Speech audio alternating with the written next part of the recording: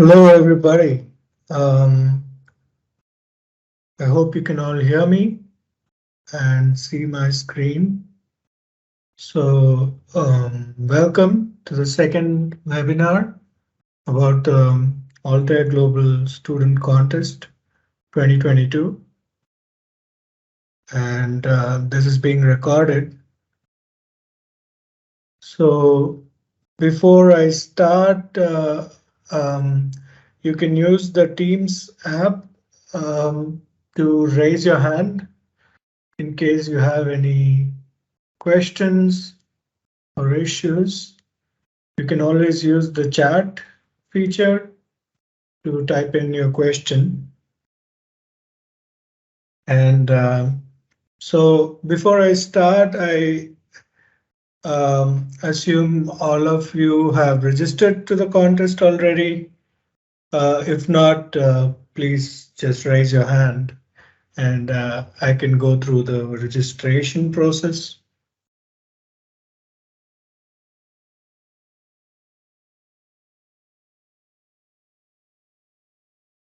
Okay, so this is the contest page, the contest web page. The URL is altairuniversity.com/contest. And the registration process is very simple. It's explained here in the contest page. So the way to register is to join the Altair community in case you're not a member already. And there is a contest invite page. You can reach the page by clicking on this link on the contest web page, and you just need to respond and RSVP and say you're attending the contest. And we encourage you to comment on the contest event page and tell us what excites you about this contest. So this is the contest registration page. You just have to choose that you're attending, and you can comment right below. And to register to Altair community, you need an Altair 1 account, and you will find the link for it at the top. If you've not logged in, you'll find a sign up link to join Altair 1. So that's about the contest registration process. The contest web page is quite comprehensive.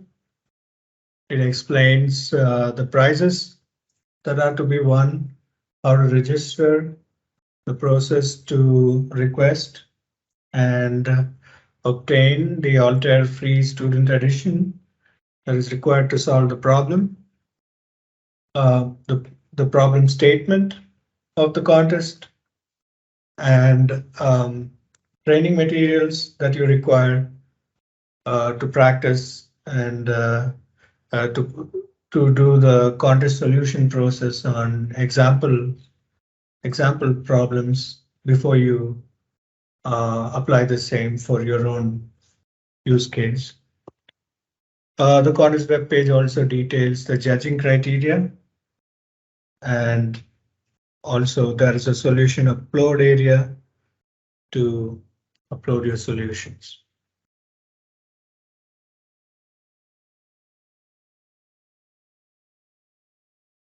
Okay.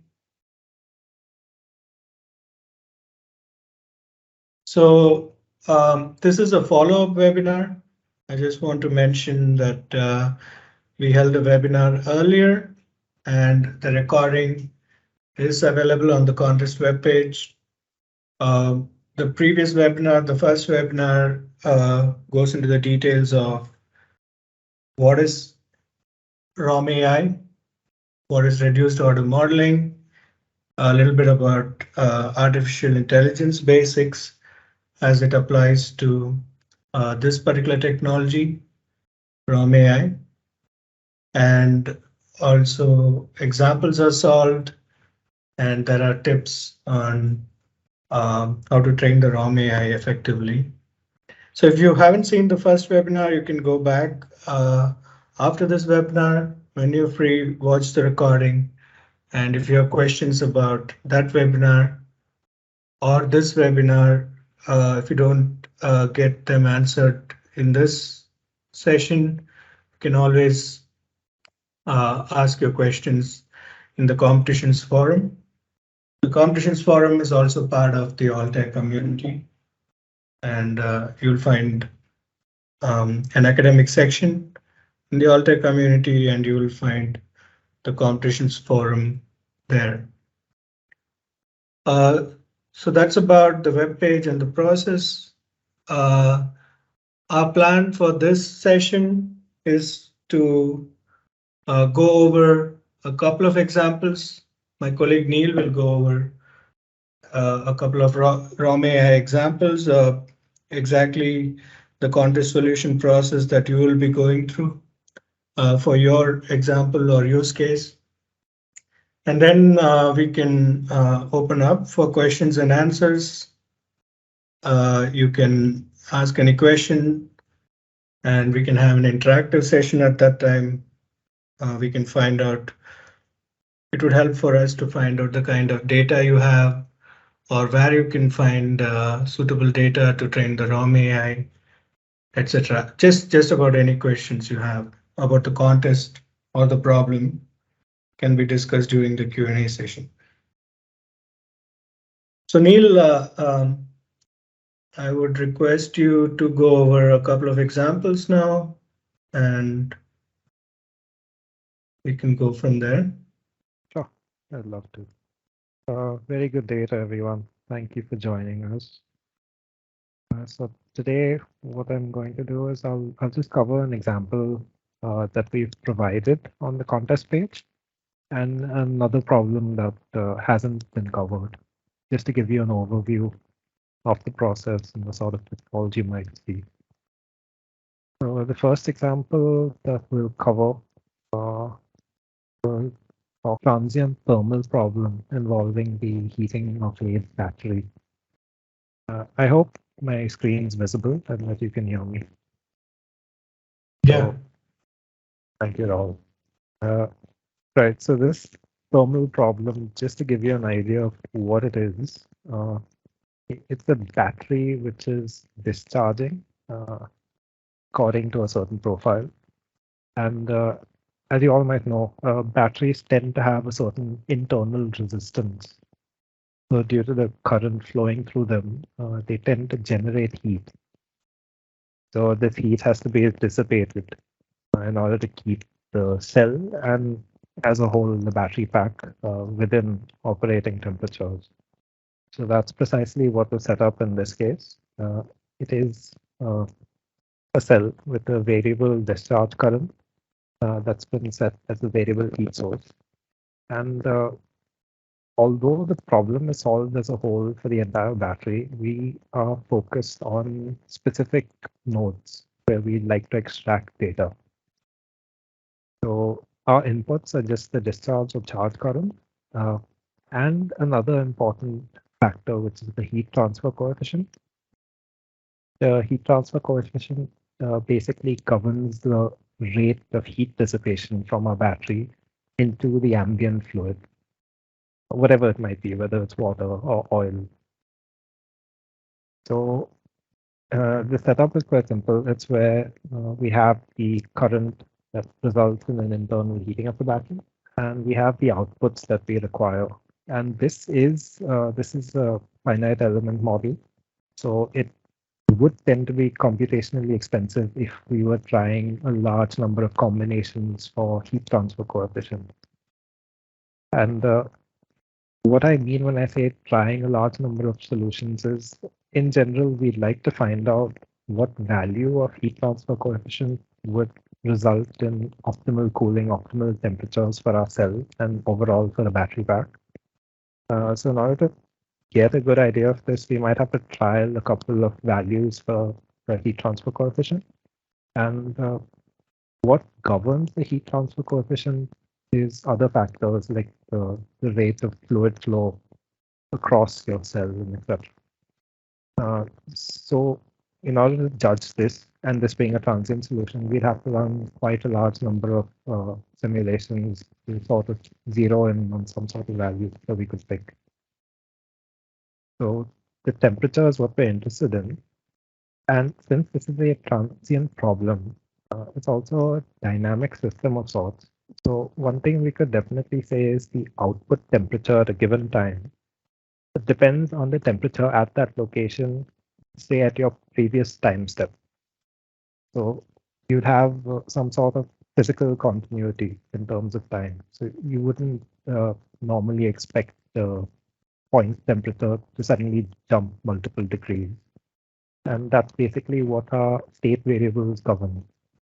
They tell us the current state of the system, and the output tells us basically what we expect to see. So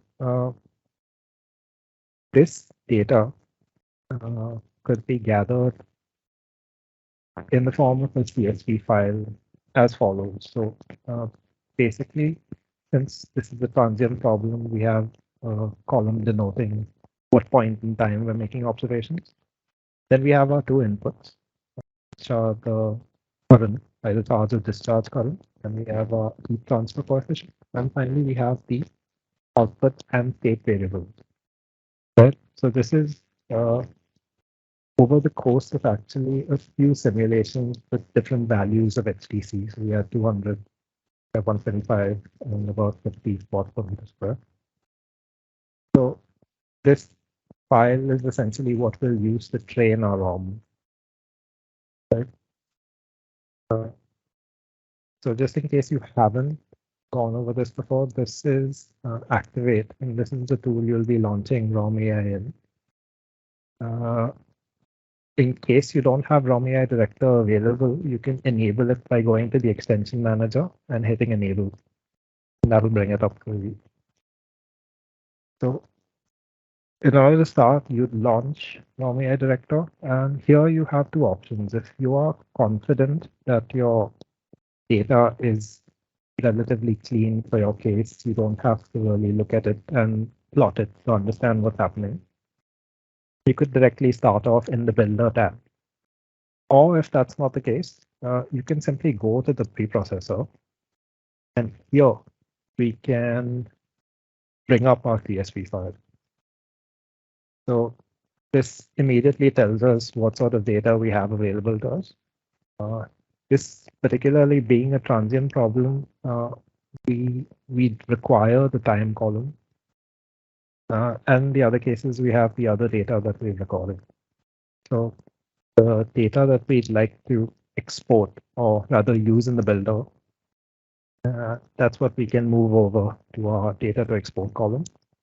And just to get an idea of what exactly these values look like, we could plot them. And just to get a better idea, we keep similar values. So this is what, so this is what we'd expect to see. This is basically the temperature curve, what it looks like for this column.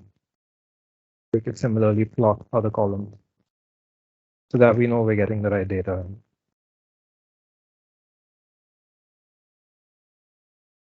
Right?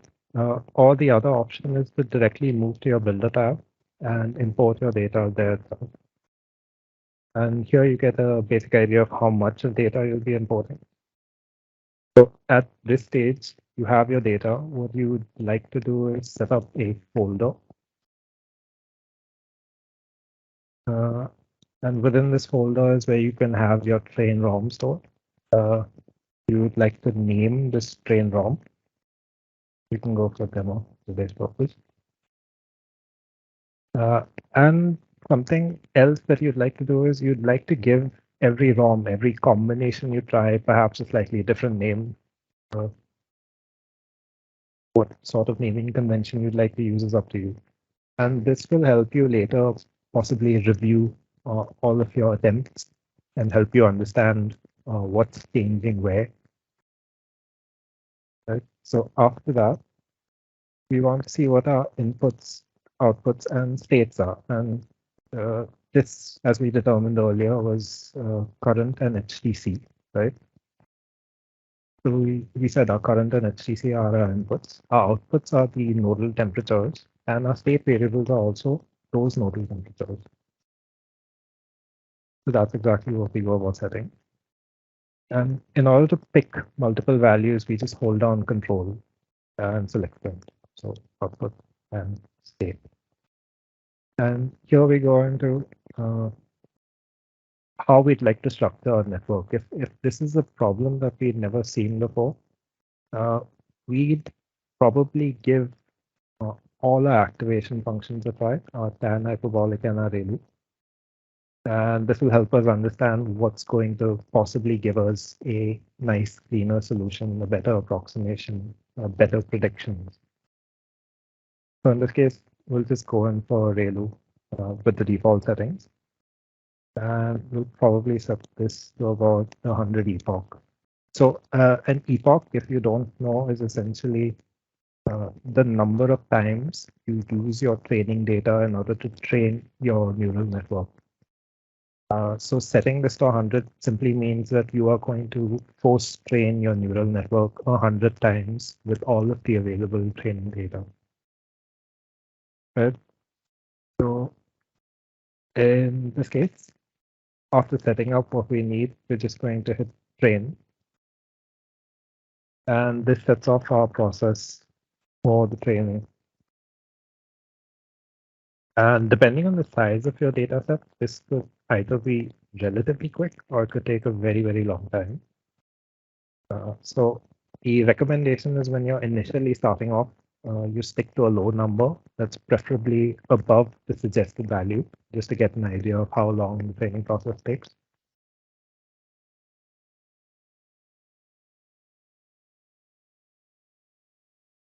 So in this case, since it's a demo ROM, we already have one other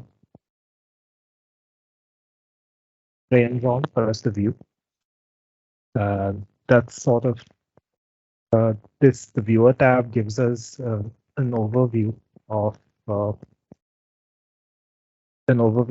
training parameters that we use. So now that training's completed, it's basically loaded up the most recently trained ROM. And so one helpful thing that ROM AI does is it appends the activation function and the approximate network architecture to the name that you provided. This is also another way of keeping track of the parameters that you use. And it is helpful to distinguish. But in addition to this, you could always do something like add a timestamp of sorts. So 2022 July 14. And this would probably help you keep track of multiple runs over multiple days. That will also be better when it comes to documenting your understanding of the process. So, right, so this tab of ours, it gives us an overview of the parameters that we selected when training this particular ROM. So it's a nonlinear type ReLU with 2 hidden layers, 20 neurons per layer. And these are inputs and outputs and the state. So when it comes to evaluating the ROM now, we'd also need to provide data that is similarly labeled. So what do I mean is, say for example, we're doing an accuracy check and we'd like to assess the accuracy of these indexes versus some sort of validation data. So we do have validation data here. This particular data set is actually from another simulation that's been run for the heat transfer coefficient of 150 watts per meter square per degree Celsius. And it's one entire run, as you can see. It's about 5,000 elements here. So this is something that the ROM AI has not yet seen. So it's ideal to assess the validity of our trained ROM. So to give us a good idea of whether or not the training process was successful and whether or not it can predict well enough for it to be used in a general case. Right? So this is the file we'll try and use for validation. So that's the one right there. Open it up, and we can see that there is an error. So that error is very telling. And this could happen sometimes where you end up mislabeling your data. But what happens is ROM-AI expects to see exactly these labels that you've used in the training process. So that isn't the case over here, which is why we're having issues. So the very easy workaround is simply to rename the field, and that should sort out problems. This is something that could possibly happen, even if like spelling error could throw this off a bit. And another thing I'd like to point out is the time column. ROM-AI expects to see time with the lowercase t. It's just a quirk, but it's something we have to work with. So I just saved that file, and now I can choose the same one, open it up, and it's good. And so that's a small thing to keep in mind, that ROM-AI expects to see the same label data on all of the CSV files that you use. Right, so this is our recently trained ROM, and if we try and plot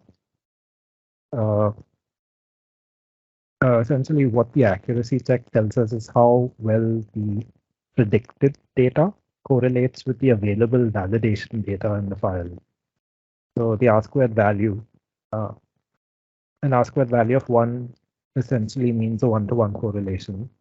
So an R-squared value of 0.99 something is generally very, very good. It means that there's a very good correlation between the two.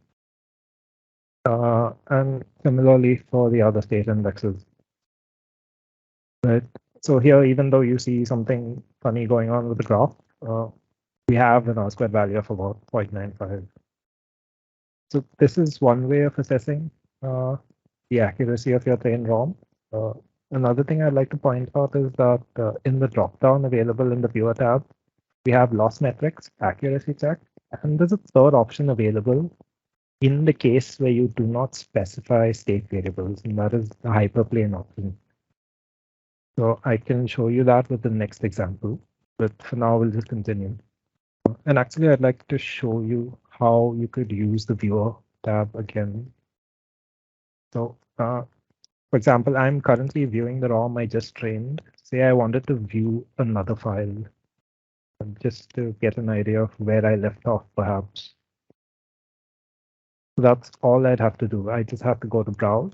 I'd have to load the folder, and then I have access to the information about the ROM.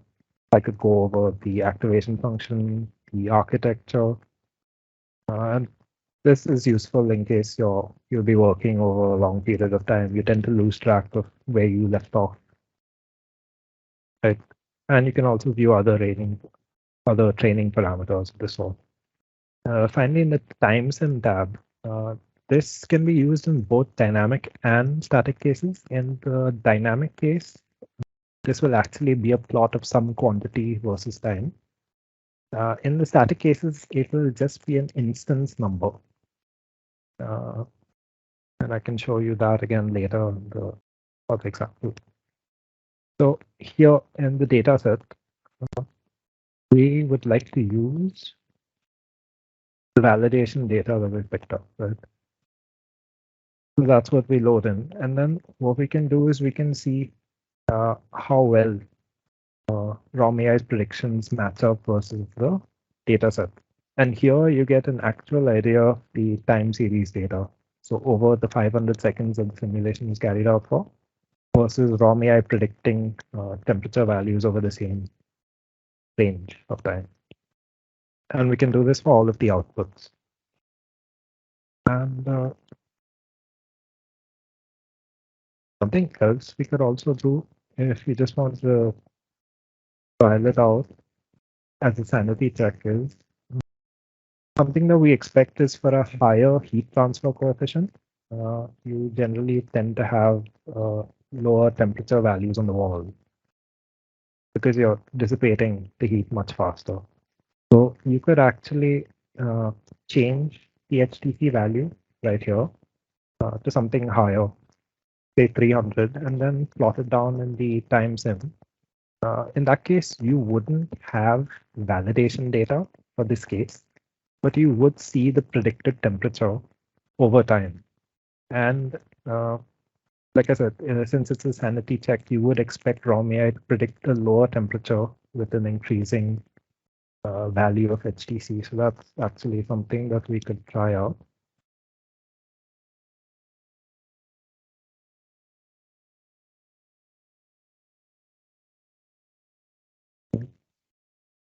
And so ideally, it should predict a lower value.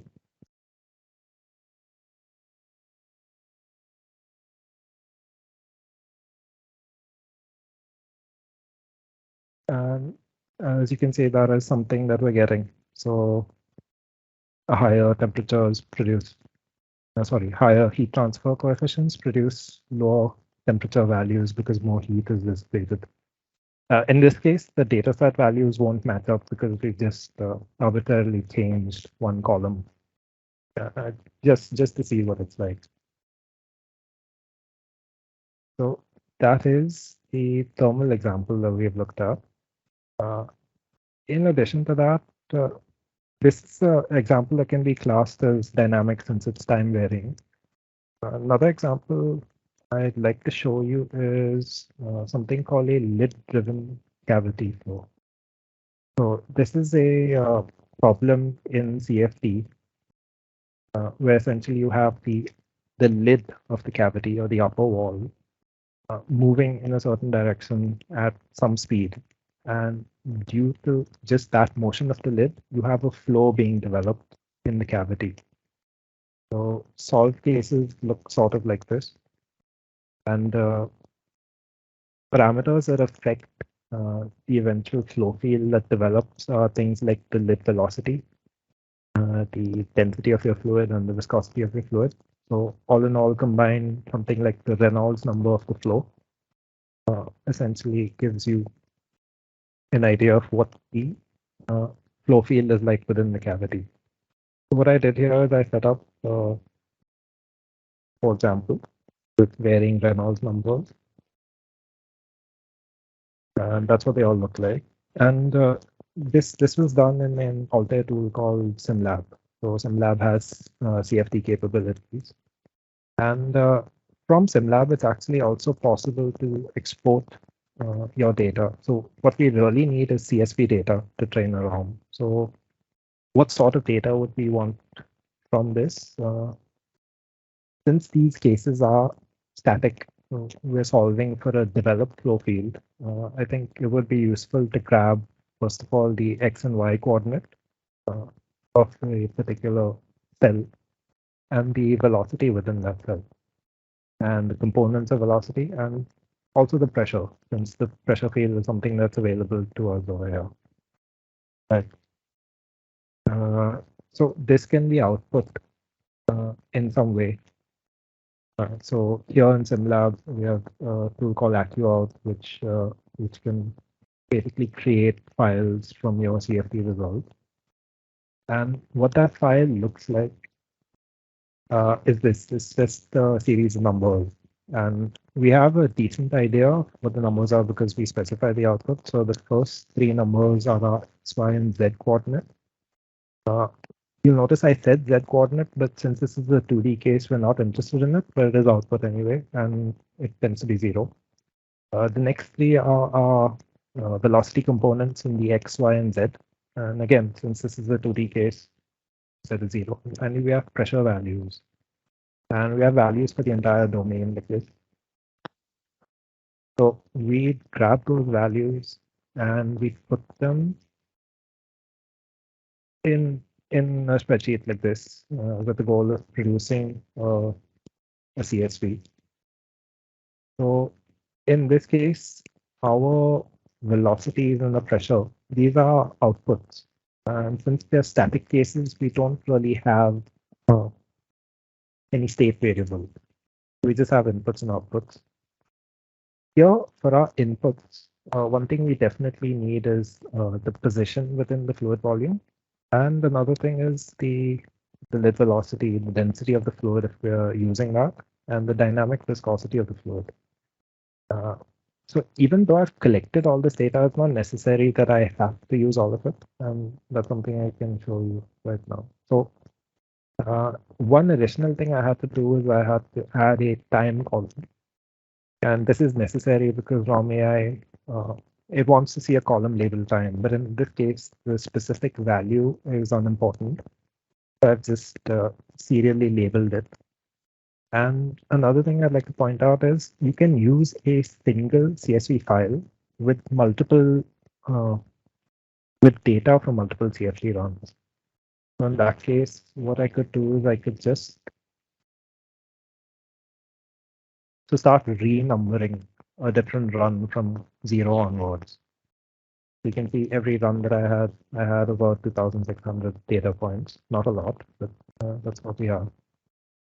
So now in order to use this data in ROM AI, we go through the same process. So we launch ROM AI Director, and this is what we get. In this case, in the preprocessor tab, there isn't much that we'd be able to see from our data because it's not time sequence data. It's just a series of points throughout the fluid volume. So even if we wanted to plot something, it wouldn't really look too sensible. But this option is always available to you so that you can check. So here you can see, even though the x-axis is labeled time, it's actually just like an instance number. And if you recall, we had about 2,600 points. So all that matches up. So in the Builder tab, we could just load up the data. Right. Set our folder as usual.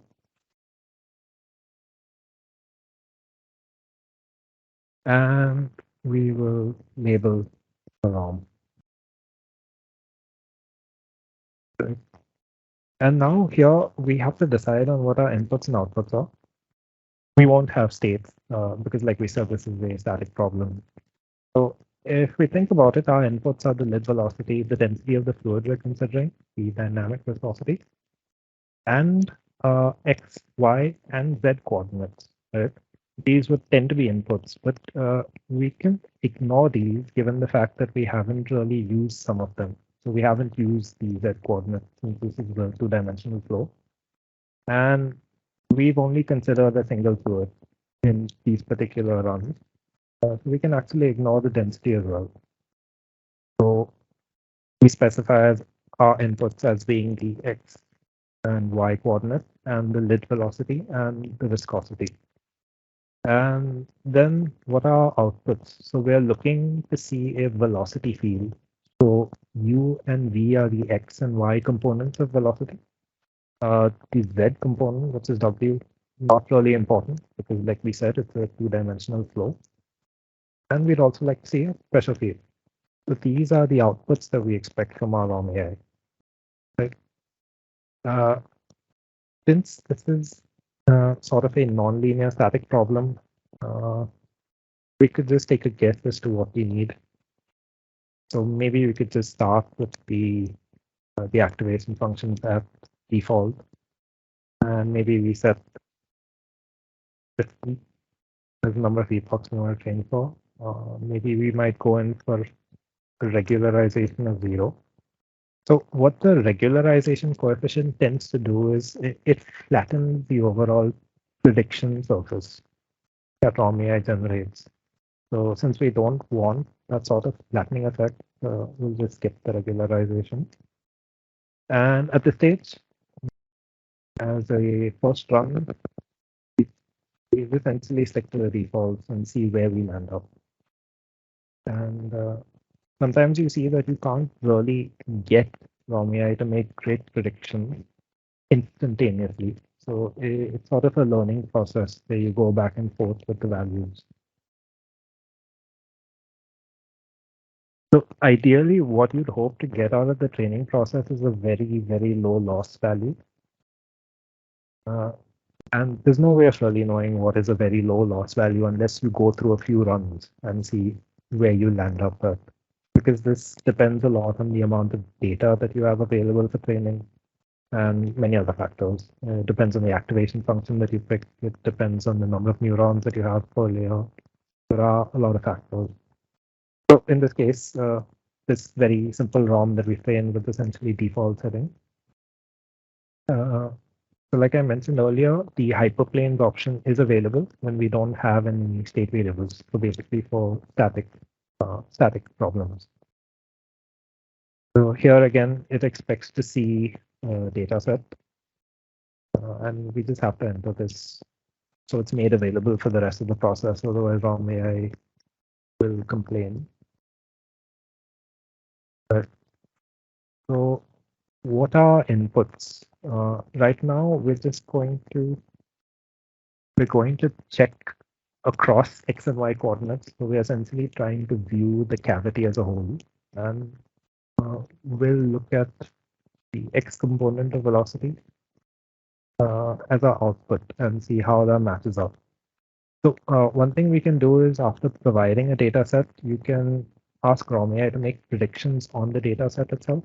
And what that will do is it will use the values that are available in the data set, the inputs, and it'll make predictions against them. So when you ask to plot something like this, you get a comparison of the targets versus predictions.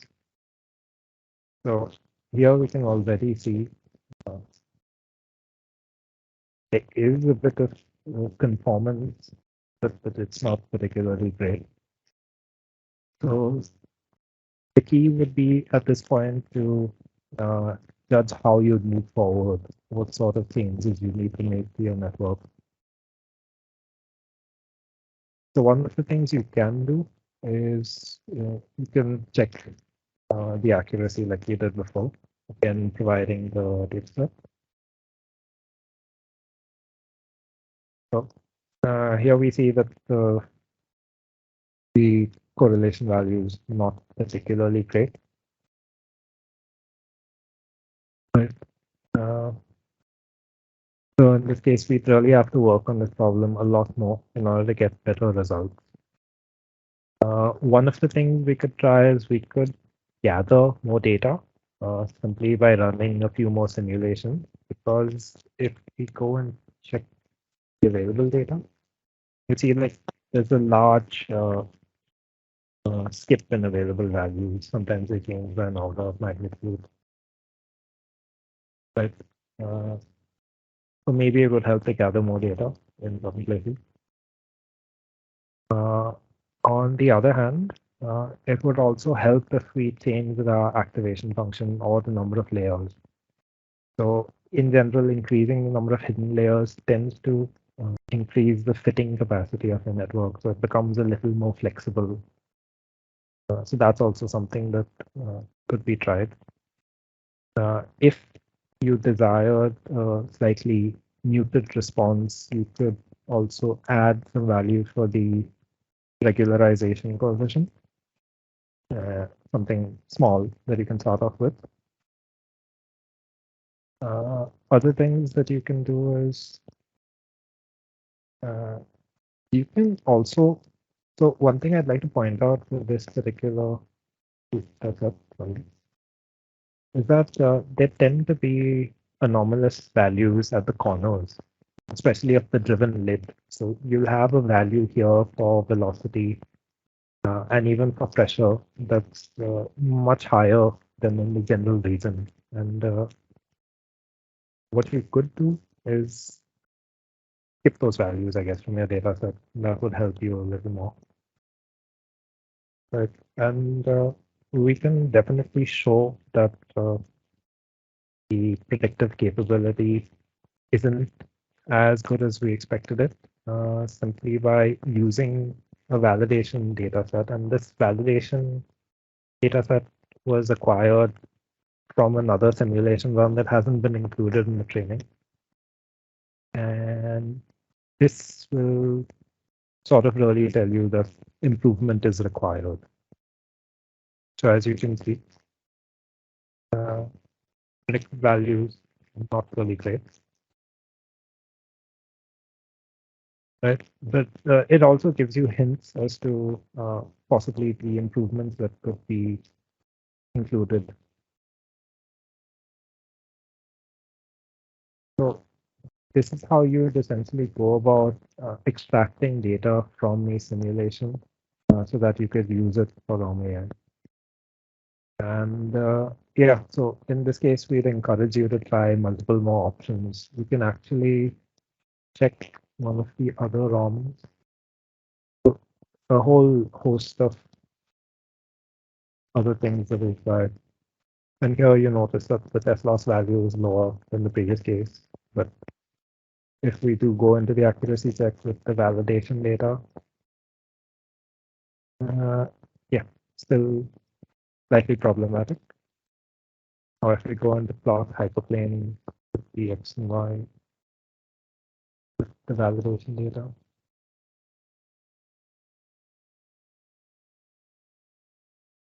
Yes, there are a couple of places where it's not doing too great. So one of the ways of getting around this, an additional way, I should say, is to essentially gather more data. So what you can see here is the computational grid, at least by CFD standards, is not very, very dense. So you could always increase the grid density, something of that sort, to get you more values. That would also help the training process greatly. Uh, Yeah, thanks so much, Neil. Thanks for these two wonderful examples, and thanks for getting into the details. With the second example, I would encourage you to ask any questions in the chat. Please just raise your hand using the raise your hand feature in Teams, and I can unmute you and you can ask your question um, using voice if you would like that. Meanwhile, I would like to stress that in the training materials section, one of the examples we discussed is available. By that I mean the model files are available. There is a video that goes through the process. And again, just a reminder that this session is also recorded and it would be put up on the contest page for you to review. Well, one other point is that you are welcome to use one of the example data here to train the ROM AI and submit an entry. That's completely fine. So having said that, I would like to once again discuss the judging criteria. So the judging criteria basically is based on 4 points. So we would judge the entry based on the type of the system that you have chosen to replicate using ROM AI. So the quality and relevance of the submitted reports and files is the next important point. That includes the test data that you use to train the ROM AI, the ROM AI folder, and in case you use an activate system model to validate your ROM AI, you need to include that as well. And it's extremely important to demonstrate either with the written report or a video your understanding of the ROM AI concept, and how it's also important to demonstrate the improvement that you've achieved with your AI model using repeated iterations, training iterations of your ROM AI, and an explanation on why the parameters that you use to train ROM-AI has been used. And of course, innovation and creativity that you demonstrate is, as always, an important factor in judging your entry. A separate parallel entry, which is optional, is a creative presentation video. And this can be a 5-minute video explaining the work that was done. This can be, this is entirely up to you. You can use your creativity. It can be about why a particular system was chosen. You could elaborate on the system itself and what its use is in the world, and your experience with ROM AI and with AI, and also why AI and system modeling and digital twins are important, and where do you see this technology going, and how it will help um, society in the future, etc. So it could be about all these topics. And this is a separate entry and would result in a separate price. So in the contest solution upload area, you find 3 zones. So depending on the zone you are in right now and your university is in, you have to choose that particular zone, and when you accept the terms and conditions, you just have to click the checkbox and you would find a URL with a file transfer system to upload your entry. The contest solution entry should definitely consist of the student edition software license that you applied and received recently, and note that the student license shouldn't have expired. The CSV file that you use to train the ROM AI, that's the training data. The ROM AI that was generated, that would be an entire folder, as you've seen, and you can zip the folder. And actually, all of these files that you would like to submit can be zipped into one folder and uploaded. And the final activate model, where the ROM AI is used to, in case you're using an activate model and Altair activate to validate your ROM AI, you can add that as well. There's an example. There are multiple examples in the training materials area on the contest web page, which use activate and the ROM AI block within a system model to validate the ROM AI.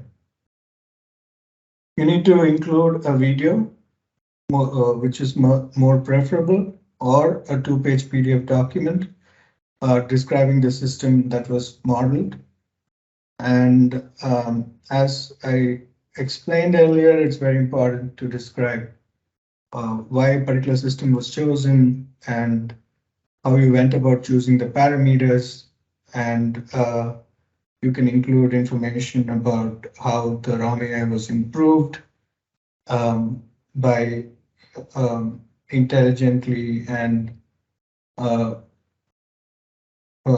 with the complete understanding of ROM AI that you change the parameters. So the point is to demonstrate your understanding of the entire concept and the training process, how the parameters affect the accuracy of the ROM AI, etc. So the video should be a maximum of 5 minutes in duration, and the PDF should be of maximum 2 pages. And we've explained what would be the preferred format, the first page describing the system and the way the data was generated or acquired, and one page describing the results and the validation. So the creative presentation entry again is a separate entry. It's for a separate price. It's a 5-minute video that is, as I described earlier, about your entry and why this technology excites you, etc.